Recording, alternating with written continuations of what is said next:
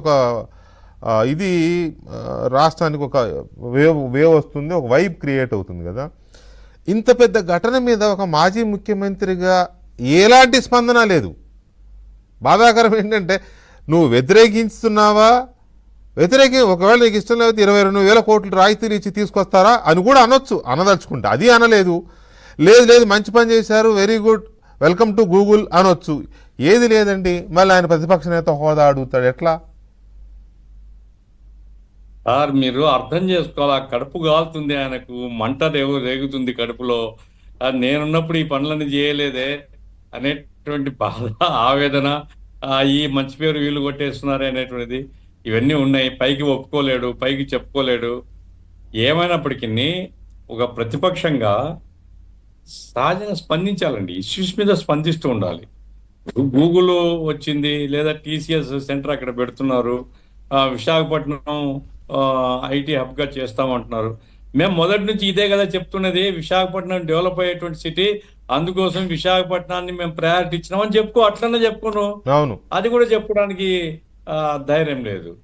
ఏమైనప్పటికీ ఒకటి సార్, ఇప్పుడు మనకు డిఫరెన్స్ ఆఫ్ ఒపీనియన్ పాలిటిక్స్ లో ఉండొచ్చు, పొలిటికల్ పార్టీస్తో ఉండవచ్చు, బట్ స్టేట్ ఓవరాల్ డెవలప్మెంట్ చూసుకున్నప్పుడు మనకు ఆంధ్రప్రదేశ్ విభజన తర్వాత విభజిత ఆంధ్రప్రదేశ్కు అన్యాయం జరిగింది, లేదా విభజిత ఆంధ్రప్రదేశ్ ఇప్పటికీ అగ్రికల్చర్ స్టేట్గా ఉంది, దీన్ని ఇండస్ట్రియల్ స్టేట్గా మార్చాలా, ఉపాధి కల్పించాలా, పిల్లలు చదువుకున్నటువంటి పిల్లలందరికీ ఏదో రకమైన జాబ్ చూడాలని తప్పన సార్ రాజకీయ పార్టీని వదిలేయండి, ప్రజల్లో ఉందండి.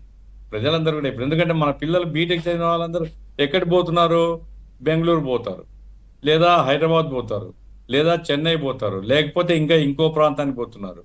అదే కనుక ఇప్పుడు గూగుల్ వచ్చిన తర్వాత సార్ ఎన్ని వేల డైరెక్ట్ ఉద్యోగాలు ఎన్ని వస్తాయి, ఇండైరెక్ట్ ఉద్యోగాలు ఎన్ని వస్తాయి అనేది గూగుల్ వాళ్ళు చెప్పేదాన్ని బట్టే 5-6 వేల మందికి డైరెక్ట్ ఎంప్లాయ్మెంట్ ఉండి, ఒక 10-20 వేల మందికి ఉద్యోగాలు వస్తాయి. నా పాయింట్ ఏంటంటే 2 లక్షలు ఒకవేళ లోకేష్ గారు చెప్పింది అతిశయోక్తి కావచ్చు, పక్కన పెట్టేద్దాం. 10-20 వేల ఉద్యోగాలు వచ్చినాయి కానీ తక్కువ అదేమన్నా? ఏ ఉద్యోగాలు అవి? మట్టి మోసే ఉద్యోగాలు, రాళ్ళు కొట్టే ఉద్యోగాలు కాదు, వైట్ కాలర్ జాబ్స్ కదా, ఐటీ ప్రొఫెషనల్స్ సంబంధించినటువంటి జాబ్స్ కదా. ఐటీలో ఈరోజు మినిమం 60,000-70,000 ఉండేటువంటి పరిస్థితుల్లో పర్మనెంట్ ఎంప్లాయీస్ 2 లక్షలు 3 లక్షలు నెలకు వచ్చేటువంటి ఒక పరిస్థితి పెట్టుకున్నప్పుడు ఇదంతా ఎకానమీలో రావడమే కదా మన ఎకానమీకి. ఎందుకు హర్షించరు? నువ్వు ఒకవేళ విమర్శలు చేయదలుచుకున్నావు ప్రభుత్వాన్ని, అయ్యా ట్రాన్స్పరెంట్ గా విధానం పెట్టు, అందరికి ఇవ్వు, కొందరికి రాయితీలు ఇచ్చి కొందరికి ఇవ్వకుండా ఉండొద్దు అని చెప్పు, ఒకవేళ అభ్యంతరం లేదు.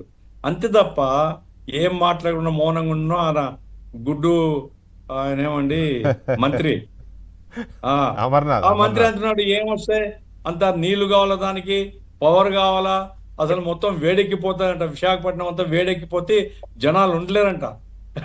ఎంత దరిద్రమైన ఆలోచన, ఇంత నెగిటివ్ దృక్పథం ఎందుకుందో నాకైతే అర్థం కాలేదు. కాబట్టి ఇప్పుడు రిజర్వేషన్స్ మాకు కొన్ని ఉన్నాయి, ఎందుకంటే రాయితీలు, ఇప్పుడు కరేడు భూ ఆక్రమణ మీద, భూసేకరణ మీద మాకు సమస్యలు ఉన్నాయి. మేము ప్రభుత్వానికి చెప్తున్నాం, బలవంత భూసేకరణ మంచిది కాదు, రైతుల నుంచి లాక్కోవద్దు, అది వేరే సంగతి. కానీ గూగుల్ లాంటి ఒక సంస్థ వచ్చి TCS కనుక అక్కడ ఒక సెంటర్ పెడితే, దాని నుంచి ఐటీ రంగం బాగా అభివృద్ధి అయ్యేది, ఒక సెంటర్గా డెవలప్ అయితే మన పిల్లలే కదా సార్ ఉద్యోగాలు ఇచ్చేది. అది కామన్ సెన్స్ లేకపోతే ఎట్లా? కాబట్టి అది వాళ్ళకు కడుపు మంట ఉంటే ఇంకో రూపంలో ఉండాలి తప్ప ఇటువంటి ఇండస్ట్రియలైజేషన్ లేదా ఇటువంటి ఇండస్ట్రీస్ను ఆహ్వానించిన దాంట్లో వెనుకబడడం మంచిది కాదు.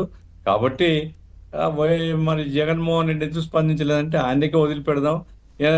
ఆయనకి ఎట్లా వదిలిపెడతాం సార్? ఆయనకి ఎట్లా వదిలిపెడతాము? నో, ఈ విషయంలో నేను మీతో అగ్రి అవ్వను. ఎందుకంటే ఆయన మాజీ ప్రతిపక్ష నాయకుడిగా చేశాడు, ముఖ్యమంత్రిగా చేశాడు, మళ్ళీ ఇప్పుడు వదిలిపెడుతున్నాడు కదా, నాకు ప్రతిపక్ష నేత హోదా ఇవ్వండి, లేకపోతే అసెంబ్లీకి రానని. ప్రతిపక్షం సిగ్గు లేదు ప్రతిపక్షం అడగడానికి. మరి ప్రతిపక్షం అసెంబ్లీకి పోనోడు ఏం ప్రతిపక్షం అడుగుతాడండి? అదే కదా, పోనోడు ప్రతిపక్షం లేదు, జ్ఞాపక్షం లేదు. అసలు ఆ రాష్ట్రం యొక్క అభివృద్ధి, రాష్ట్రం యొక్క సమస్యల మీద అవగాహన లేదు. ఏ రకంగా ప్రజల్ని మొబిలైజ్ చేసి ప్రభుత్వం మీద ఒత్తిడి పెంచాలనేటువంటి ఏ కామన్ సెన్స్ లేదు. మరి ఏం ప్రతిపక్షం ఉంటుంది అది? మినిమం పాయింట్ మినిమం ఏంటంటే, ఇలాంటి వీటి మీద కనీసం స్పందించని వ్యక్తికి రాష్ట్రం విషయంలో బాధ్యత ఇవ్వాలనే ఇది ప్రజలకైనా ఎందుకు ఉంటుంది? ఒక్క నిమిషం గఫూర్ గారు. వైఖరి అది రాజకీయాలు లేవండి, బేసిక్ గా రాజకీయాలు లేవు వాళ్ళకు.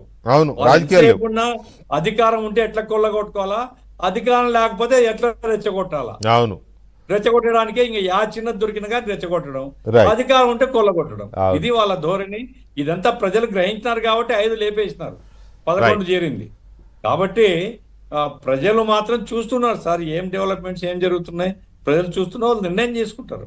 యా శిరీష్ గారు, ఈ విషయంలో అదేదో కంపెనీకి 99 పైసలకే ఇస్తారా భూమి, లోకేష్ బినామీలకు ఇచ్చుకున్నాడు భూమి అని నానా యాగి